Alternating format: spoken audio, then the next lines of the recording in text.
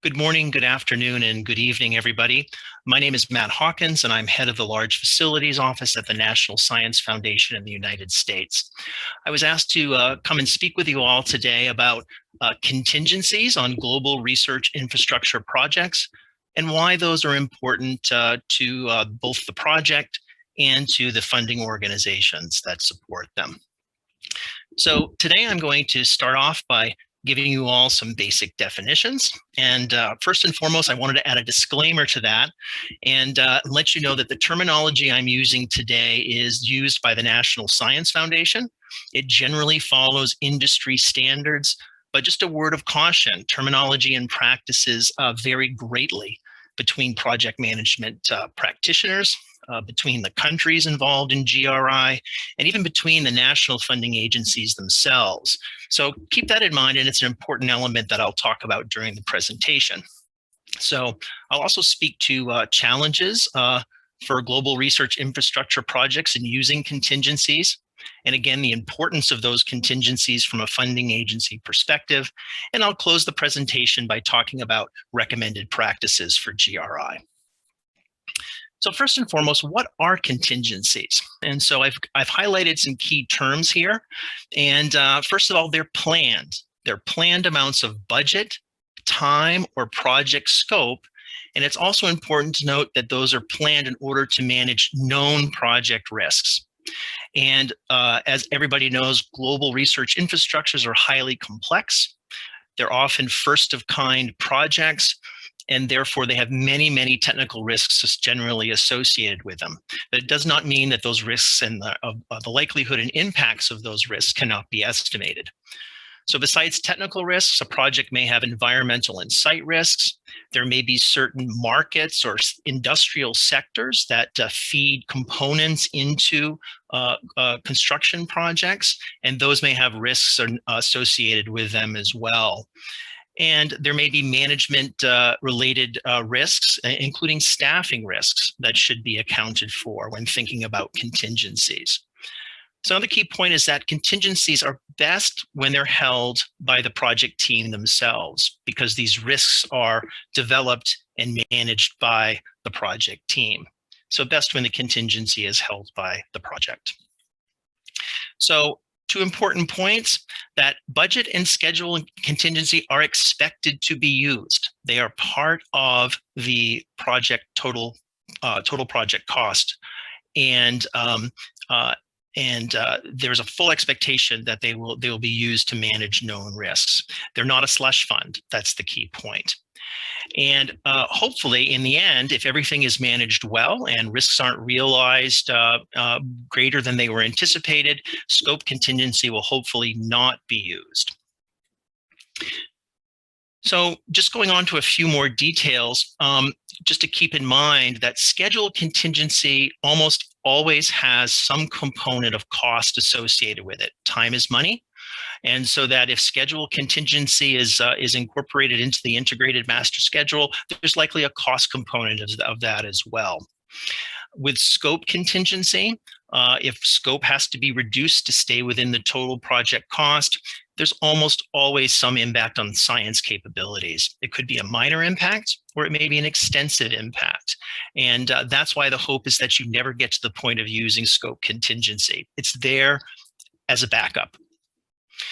And as I said, from a funding agency's perspective, it's critical that these contingencies are included in the risk-adjusted total project cost that's presented to the funding organization.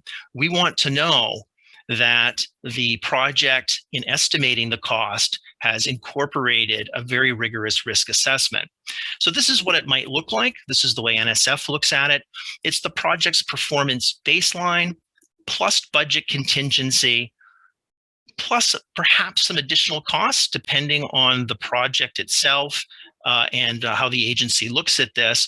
Things like fee or profit, depending on who you're working with on the particular project, may also be included in the total project cost.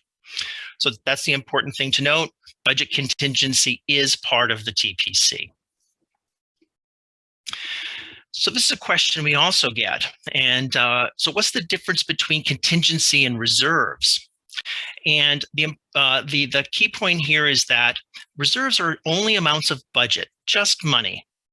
And they're held separately by the funder to manage unforeseen events or risks not manageable by the project. The classic example that we have seen over the past year is the COVID-19 pandemic and all the impacts that it's had on our projects in construction.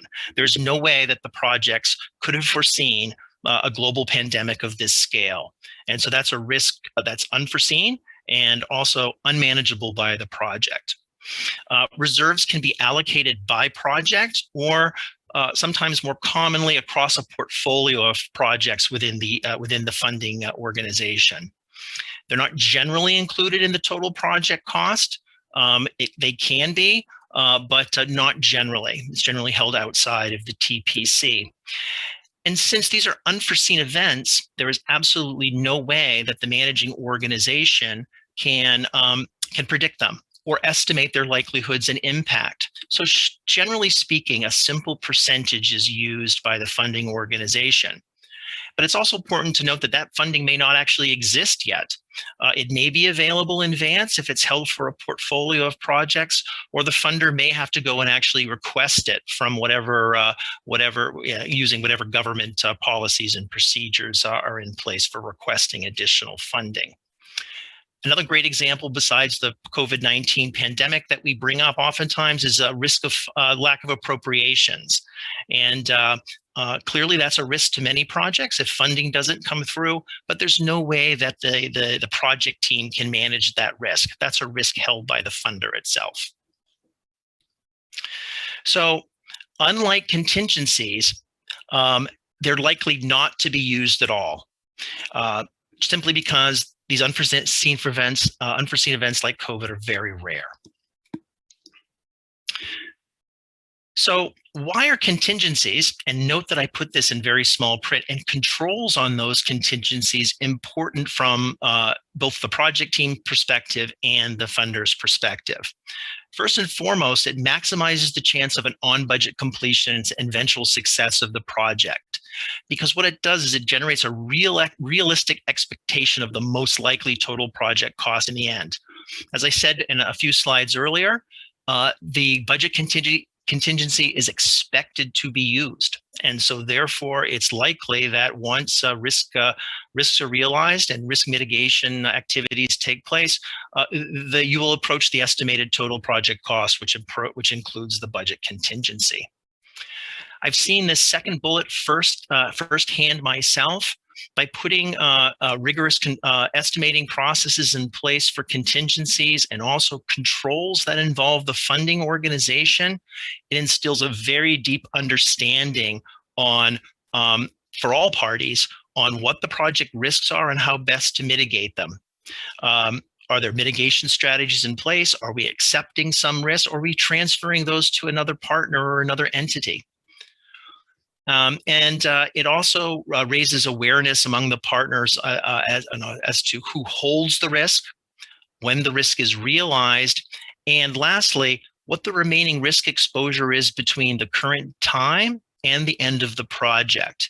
And all of these things are critically important for managing contingency and bringing the project in on budget and schedule.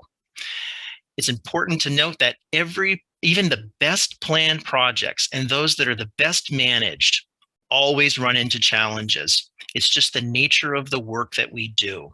And no one wants to be the party that has to suddenly be surprised that they're the ones that have to bring the big bag of money to the table to fix what's going on. If those things are understood up front, the project always goes much more smoothly. So particular challenges for global research infrastructure. This is often a translation issue. As I said at the very beginning, lexicons and vocabulary and practices differ widely. And so it's very, very important to get an understanding of those processes and the terminology used up front as you're beginning to embark on this partnership for implementing a GRI. Funding mechanisms differ. The timescales to commit those funds often differ. Annual budgets, for example, in the US versus multi-year budgets in other countries. And the ability to commit to contingencies. contingencies aren't necessarily well ingrained in every country or every organization. So the ability to commit to those may be challenging. This can lead to differing expectations and lack of clarity among partners if it's not clarified up front. And even sometimes partners have different perceptions of risk and risk tolerance. Some organizations might be highly risk tolerant and say, oh, we'll figure that out later. And others are much more risk adverse and want to know and understand and budget for these things up front. In-kind contributions can add challenges to contingencies because you're just providing elements of scope. And so who's covering the cost increases and those cost increases associated with schedule? The in-kind contribution itself, if it's not delivered, who carries the risk and how is that risk mitigated for the project overall? Over-optimism is a big problem, and scientists and engineers by nature are optimistic, and risk assessment it helps instill a detailed understanding and more realistic view of project risks. And this last one I say for last because it is my soapbox. The worst thing that anyone can do is try to build a project to budget based on perception of what's acceptable to funding organization. That's a big no-no. That is the surest way in my mind to overrun your project, is building to a perceived budget. It's best when these things are built from the from the bottom up, as well as an understanding of the budget contingency. So I'm going to close by talking about some recommended good practices. First and foremost, do the translation between you and all of your partners. Understand what the risk mitigation strategies between you are and the individual partner's capacity to handle risk realization. How is this going to happen? How is money going to flow? What's going to happen once a risk is realized? And just keep in mind, it's unlikely that you're going to change your governmental partners' practices quickly. It can change over time. Perhaps this presentation will help folks think more about contingency practices, but it does take time to instill those in any organization. And think about known risks, the things that the project can manage, and the things that the funding agency holds, and where the risk properly lies. It's always important to keep in mind that risk is best handled when it's shared. No one wants to be the one feeling like they're holding all of the project risks. And so what happens when one project partner fails to deliver? As long as that's understood up front, it can be managed and handled well. And so sharing the risk, not putting it all on one partner, is the best way to handle it. And I saved this one for last as well, because I feel that this one's critically important. In order to do proper risk mitigation, you have to clearly define your requirements, because that will lead to a well-developed cost, scope, and schedule. If you don't understand your requirements and you don't understand your scope, it's impossible to define the risks and estimate the contingencies associated with that scope. And we often hear as funders, our project is so unique, it's impossible to find. We've never built this before. It's cutting edge. That's not a great answer. Any project should be able to be defined. And if you come to a funding organization or a funding entity with that perspective, it's likely not going to go very far. And so as far as ways to fix these, that's the last thing I'd like to talk about, is make sure when you come to the funding organization that you've used a rigorous and industry accepted methodologies and tools for estimating budget and schedule contingency. There's things like Monte Carlo analysis, which is a statistical tool that takes discrete risks and develops a likelihood of completing within budget. There's also integrated cost and schedule risk assessment tools that can be used, and make sure that it's based on discrete risks and built from the bottom up. Simple percentages don't work here. That's called a guess. And that's not the way to do budget contingencies. It should be built on rigorous methodology. On budget and scope contingencies, make sure that there's well-documented change control processes in place with escalating thresholds for approval, and that should likely include funding agency approvals as well. It goes back to what I spoke about originally. It instills that diligence and understanding in risk in project risks. And lastly, this is really a great tool for complex science tools. Is think about prototyping and spiral development to use to reduce technical risk through a series of smaller, achievable projects that you can actually clearly define requirements for. And so I think the greatest example that I use often is the development of LIGO and advanced LIGO. Imagine if those proposers came to NSF 30 years ago and said, we think this project is going to take 30 years and over $1 billion to complete and achieve its objectives. That's a much more challenging sell than it is to do what they actually did, which is come with discrete projects with achievable goals over that 30-year period. And so everyone should keep that process in mind, particularly when we're thinking about large-scale, complex infrastructures going forward. And with that, I look forward to talking with you all during the panel discussions.